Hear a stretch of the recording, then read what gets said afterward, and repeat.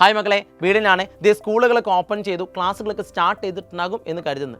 +2 അക്കൗണ്ടൻസിയിൽ നമ്മൾ ഫസ്റ്റ് പഠിക്കുന്ന ചാപ്റ്ററാണ് പാർട്ട്ണർഷിപ്പിൻ്റെ ബേസിക് കോൺസെപ്റ്റ് എന്ന് പറഞ്ഞ ചാപ്റ്റർ അല്ലേ. ഈ ചാപ്റ്ററിൽ വളരെ പ്രധാനപ്പെട്ട 2 മാർക്സിന് ആനുവൽ എക്സാമിന് ചോദിക്കുന്ന ടോപ്പിക്കാണ് what are the rules applicable in the absence of partnership deed എന്ന് പറഞ്ഞൊരു ഏരിയ. ഓക്കെ, ഇവിടെ പഠിക്കുന്ന കാര്യം ഇത്രയേ ഉള്ളൂ. പാർട്ട്നേഴ്സ് തമ്മിൽ എഗ്രിമെൻ്റ് ഇല്ലാത്ത സാഹചര്യത്തിൽ എന്തായിരിക്കും റൂള്? എങ്ങനെ പാർട്ട്ണർഷിപ്പിൽ ഡീഡ് ഇല്ലാത്ത സിറ്റുവേഷൻസിൽ എന്തായിരിക്കും നമ്മളെ എഗ്രിമെൻറ്റ് അല്ലെങ്കിൽ എന്തായിരിക്കും നമ്മുടെ റൂള് എന്ന കാര്യമാണ് ഇവിടെ നമുക്ക് ഡിസ്കസ് ചെയ്യേണ്ടതായിട്ടുള്ളത്.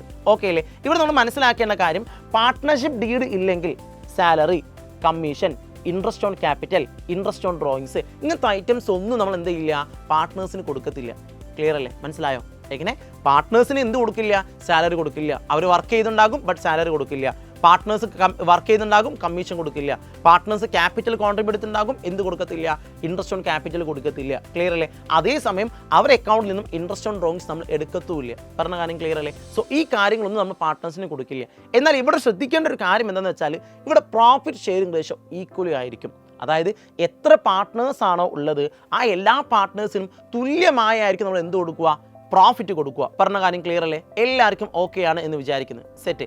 എന്നാൽ മറ്റൊരു കാര്യം കൊണ്ട് ശ്രദ്ധിക്കണം, ഇവിടെ പാർട്ട്നേഴ്സ് ബിസിനസ്സിലേക്ക് ലോൺ കൊണ്ടുവന്നാൽ, ഐ റിപ്പീറ്റ്, പാർട്ട്നേഴ്സ് ബിസിനസ്സിലേക്ക് ലോൺ കൊണ്ടുവന്നാൽ ഇതിൻ്റെ മുകളിൽ നമ്മൾ 6% നിർബന്ധമായും പലിശ കൊടുത്തിരിക്കണം.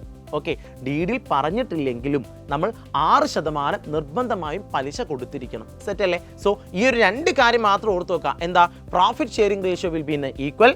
Second one, interest on partners loan will be 6%. ഈ 2 കാര്യം മാത്രം ഓർത്ത് വെക്കുക.